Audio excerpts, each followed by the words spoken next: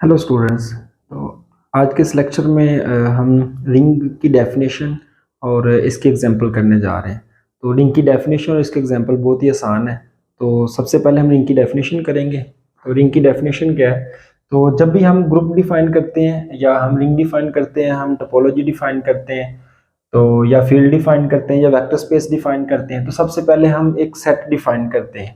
तो यहाँ पे जो हमने सेट डिफाइन किया है वो हम सेट आर ले रहे हैं। तो किसी सेट आर के ऊपर हमने एक स्ट्रक्चर डिफाइन करना है जो खास प्रॉपर्टीज को सेटिस्फाई करेगा। तो वो स्ट्रक्चर जो है वो इस सेट को रिंग बनाएगा। तो सबसे पहले हमने क्या किया कि हमने एक सेट आर लिया, तो उसके आर के ऊपर हमने दो बाइनरी ऑपरेशन डिफाइन किए हैं, एक प्लस का और एक मल्टीप्लिकेशन का। तो बाइनरी ऑपरेशन का क्या मतलब होता है कि बाइनरी ऑपरेशन हम कैसे डिफाइन करते हैं। फॉर एग्जांपल अगर मैंने प्लस वाला बाइनरी ऑपरेशन डिफाइन करना है, तो प्लस वाला बाइनरी ऑपरेशन डिफाइन होगा इस सेट आर का। हम आर के साथ क्रॉस प्रोडक्ट लेंगे और फिर हम यहाँ से इसी सेट आर के ऊपर ये बाइनरी ऑपरेशन डिफाइन करेंगे। ये बाइनरी ऑपरेशन क्या करेगा, यहाँ से दो एलिमेंट लेगा ए कोमा बी, क्योंकि आर क्रॉस आर में जो एलिमेंट होते हैं वो ऑर्डर पेयर में पड़े होते हैं। तो ये इस ए बी एलिमेंट को इस तरह ए प्लस बी के ऊपर भेजेगा। और जब हम मल्टीप्लिकेशन वाली डिफाइन करेंगे तो मल्टीप्लिकेशन में किस तरह होगा कि यही मल्टीप्लिकेशन इसी तरह आर क्रॉस आर से डिफाइन होगी आर के ऊपर। तो यहाँ से दो एलिमेंट लेंगे ए कोमा बी, तो इन एलिमेंट्स को ये इस तरह भेजेगा ए मल्टीप्लाई बी। तो जब हम इन दोनों एलिमेंट को ऐड कर देंगे तो ये एक सिंगल एलिमेंट बन जाएगा। तो ये वाला सिंगल एलिमेंट आर में होना चाहिए। और इसी तरह जब हम मल्टीप्लाई करेंगे इनको, तो इसका जो आंसर आएगा वो दोबारा आर में होना चाहिए। तो इसको हम कहते हैं बाइनरी ऑपरेशन डिफाइन किया हमने। तो इस सेट आर के ऊपर दो बाइनरी ऑपरेशन डिफाइन किए हैं, एक प्लस का और एक मल्टीप्लिकेशन का। और उसके बाद जो सेट आर है वो एडिशन के लिहाज से अबिलियन ग्रुप होना चाहिए। तो ग्रुप की डेफिनेशन हमने ग्रुप थ्योरी से पढ़ी हुई है कि इसमें जीरो भी होता है, आइडेंटिटी एलिमेंट भी होता है एडिशन के लिहाज से, यानी जीरो होता है। और उसके बाद हर एलिमेंट का एडिटिव इनवर्स भी होता है। और इसमें बाइनरी ऑपरेशन भी डिफाइन होता है। और उसके बाद एसोसिएटिव लॉ होल्ड करता है एडिशन के लिहाज से। और अबिलियन का मतलब है कि हमारे पास a प्लस बी जो है वो b प्लस ए के भी इक्वल होगा। तो सबसे पहले जो सेट आर लिया है वो अबिलियन ग्रुप होना चाहिए विद रिस्पेक्ट टू एडिशन। और उसके बाद जितनी भी अब नेक्स्ट प्रॉपर्टीज होंगी, ज्यादातर रिंग के ऊपर जो स्ट्रक्चर है वो मल्टीप्लिकेशन के लिहाज से डिफाइन होगा।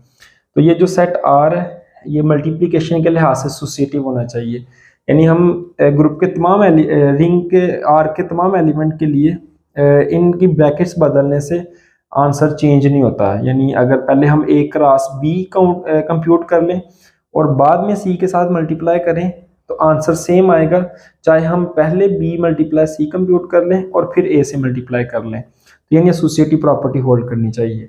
और इसी तरह डिस्ट्रीब्यूटिव लॉज होल्ड करने चाहिए। तो ये राइट डिस्ट्रीब्यूटिव लॉ भी होल्ड करना चाहिए और लेफ्ट डिस्ट्रीब्यूटिव लॉ भी। तो ये क्या कहता है कि आप सी को ए से मल्टीप्लाई कर दें और फिर प्लस सी को बी से मल्टीप्लाई कर दें। और इसी तरह यहाँ पहले ए को बी से मल्टीप्लाई कर दें और प्लस फिर ए को सी से मल्टीप्लाई कर दें। तो ऐसा सेट आर जो दो बाइनरी ऑपरेशन एडिशन और मल्टीप्लिकेशन के लिहाज से इन तमाम एक्सियम को सेटिस्फाई करे, हम कहेंगे कि वो सेट आर जो है वो रिंग बना रहा है। उसके बाद अगर रिंग में मल्टीप्लिकेशन के लिहाज से भी कम्यूटेटिव प्रॉपर्टी होल्ड करे, यानी ए क्रॉस बी अगर बी क्रॉस ए के इक्वल आ जाए, तो हम कहते हैं कि वो जो रिंग आर है वो कम्यूटेटिव रिंग है। और इसी तरह अगर हमारी रिंग आर में आइडेंटिटी एलिमेंट हो यानी वन हो, तो वन को ए से मल्टीप्लाई करें, लेफ्ट से या राइट से मल्टीप्लाई करें, तो आंसर ए आना चाहिए, यानी इस वैल्यू को चेंज ना करें। तो ये आइडेंटिटी का रोल प्ले करेगा, तो इसलिए इसको कहेंगे कि ये रिंग है विद रिस्पेक्ट टू आइडेंटिटी। तो इसमें आइडेंटिटी एलिमेंट भी है। तो अब हम इसकी कुछ एग्जांपल करते हैं। तो हमने ऐसी एग्जांपल कंसिडर करनी है जिसमें ये तमाम प्रॉपर्टीज होल्ड करें। तो सबसे पहले एक सिंपल एग्जांपल है कि अगर मैं कोई भी ग्रुप ले लूं, ऐसा ग्रुप मैं जी लूं जो कि अबिलियन ग्रुप हो विद रिस्पेक्ट टू एडिशन। तो यानी कि मैं पहले से ही एक ऐसा आर सेट डिफाइन कर रहा हूं जो पहले से ही ग्रुप है। तो इसका मतलब है कि पहली प्रॉपर्टी को वो पहले से सेटिस्फाई कर रहा है। और इसके एलिमेंट्स के ऊपर मैं मल्टीप्लिकेशन इस तरह डिफाइन कर रहा हूँ कि a मल्टीप्लाई b जो है वो 0 के इक्वल आ जाए। तो यहाँ से अगर मैं कोई भी दो एलिमेंट लेता हूँ तो उनको जब मल्टीप्लाई करेंगे तो आंसर 0 आना चाहिए। तो अब हमने ये सारी प्रॉपर्टीज ट्रू करवानी है। तो पहली प्रॉपर्टी तो हमने पहले से फर्ज कर लिया कि वो बिलियन ग्रुप ले रहे हैं विद रिस्पेक्ट टू एडिशन, तो ये ऑटोमेटिकली होल्ड कर जाएगी। अब हमने एसोसिएटिव प्रॉपर्टी होल्ड करानी है। तो जैसा कि हमने कहा कि जब दो एलिमेंट को मल्टीप्लाई करेंगे आंसर 0 आएगा। तो इसका मतलब है जब मैं a मल्टीप्लाई b कंप्यूट करूंगा तो इसका आंसर 0 आ जाएगा। यानी अगर मैंने ये प्रॉपर्टी प्रूव करवानी है सेकंड वाली, तो ये होगा a multiply b multiply c equal to a multiply b multiply c। तो ये मैं चाहता हूँ कि ये ट्रू हो रही है कि नहीं हो रही है, देखना चाह रहा हूँ।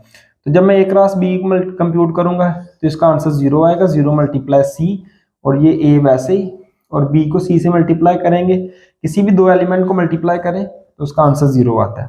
फिर 0 को c से मल्टीप्लाई करेंगे तो 0 आता है, क्योंकि कोई भी दो एलिमेंट को मल्टीप्लाई करने से 0 आता है, और यहाँ पे भी इसका आंसर 0 आता है।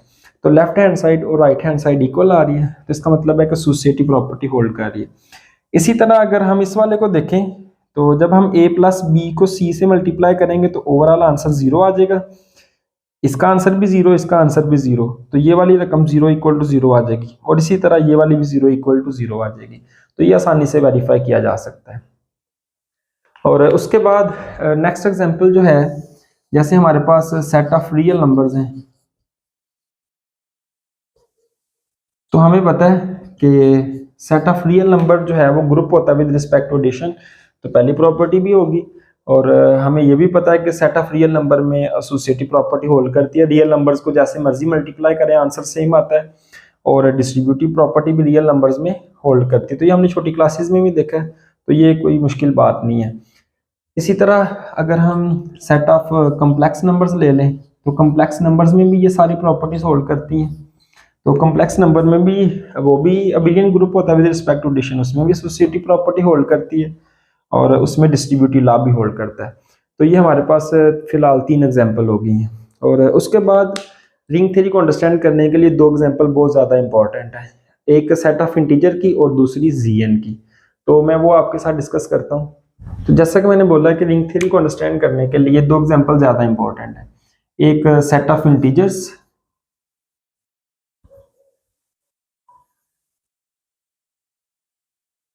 तो अगर मैं z को लिखूं सेट ऑफ इंटीजर को, तो ये मेरे पास इस तरह होगा 0 1 2 3 एंड सो ऑन, और -1 -2 and so on.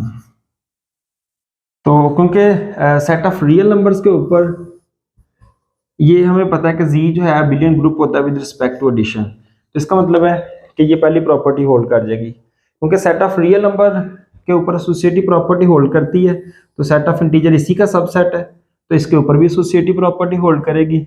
Set of real number के ऊपर डिस्ट्रीब्यूटिव लॉ होल्ड करता है, तो इसका मतलब है कि सेट ऑफ इंटीजर के ऊपर भी होल्ड करेगा, इनफैक्ट जी के ऊपर भी होल्ड करता है। तो हम यहाँ से भी कह सकते हैं सेट ऑफ कॉम्प्लेक्स नंबर के ऊपर, हम यहाँ से भी कह सकते हैं। तो इसका मतलब है कि सेट ऑफ इंटीजर में ये तमाम प्रॉपर्टीज होल्ड करती हैं, तो ये हमारे पास रिंग बन रहा है। अब क्योंकि हमें पता है इंटीजर्स को जैसे मर्जी मल्टीप्लाई करें, जैसे 2 मल्टीप्लाई 3 या 3 मल्टीप्लाई 2, तो इनका आंसर सेम आता है। तो जो सेट ऑफ इंटीजर्स है ये कम्यूटेटिव रिंग भी है, और इसमें क्योंकि आइडेंटिटी एलिमेंट 1 भी है, इसका मतलब है कि ये रिंग विद आइडेंटिटी है।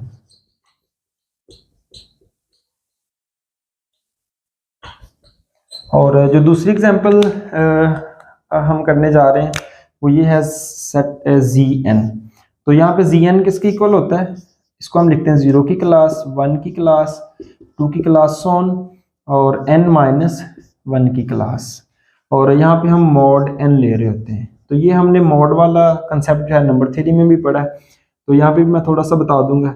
तो जैसे अगर मैं कहता हूँ Z6, तो इसके जो एलिमेंट हैं 0 की क्लास, 1 की क्लास, 2 की क्लास, 3 की, 4 की और 5 की क्लास। तो मोस्टली समटाइम हम अपनी आसानी के लिए इसको इस तरह भी लिख लेते हैं 0 1 2 3 4 और 5। तो ये हम अंडरस्टूड होता है कि ये जो एलिमेंट है ये बेसिकली क्लासेस हैं। तो मोड 6 का क्या मतलब है कि फॉर एग्जांपल अगर मैंने 2 एलिमेंट को ऐड करना है, जैसे 5 और 3 को ऐड करना है, तो 5 और 3 को ऐड करेंगे तो आंसर 8 आएगा। फिर हमने क्या करना होता है, 8 को 6 से डिवाइड करेंगे तो रिमाइंडर आता है 2। तो मैं 8 की जगह जो है वो 2 भी लिख सकता हूँ। तो हमें पता है कि ग्रुप थ्योरी में भी हमने ये एग्जांपल की है कि जो ये Z6 है या Z8 या Zn जो है ये ग्रुप बनाता है विद रिस्पेक्ट टू एडिशन। तो इसका मतलब है कि ये अबिलियन ग्रुप है विद रिस्पेक्ट टू एडिशन, तो पहली प्रॉपर्टी होल्ड करेगी और उसके बाद इधर भी एलिमेंट्स को जैसे मर्जी मल्टीप्लाई करें, बेसिकली ये इंटीजर्स ही हैं, तो ये एसोसिएटिव प्रॉपर्टी भी होल्ड करते हैं और डिस्ट्रीब्यूटिव लॉ भी होल्ड करते हैं। तो Zn जो है ये भी हमारे पास रिंग बनाते हैं और इसके इसके एलिमेंट्स को भी जैसे मर्जी मल्टीप्लाई करें, चाहे लेफ्ट से मल्टीप्लाई करें चाहे राइट से मल्टीप्लाई करें, जैसे यहाँ पे प्रॉपर्टी होल्ड करती है। तो ये कम्यूटेटिव रिंग भी है और इसमें क्योंकि 1 भी है इसका मतलब है कि ये रिंग विद आइडेंटिटी है।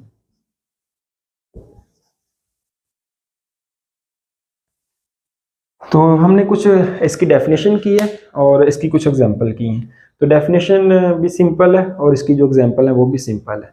तो नेक्स्ट लेक्चर में हम डिवीजन रिंग करेंगे, यूनिट डिवाइजर करेंगे और जीरो डिवाइजर करेंगे।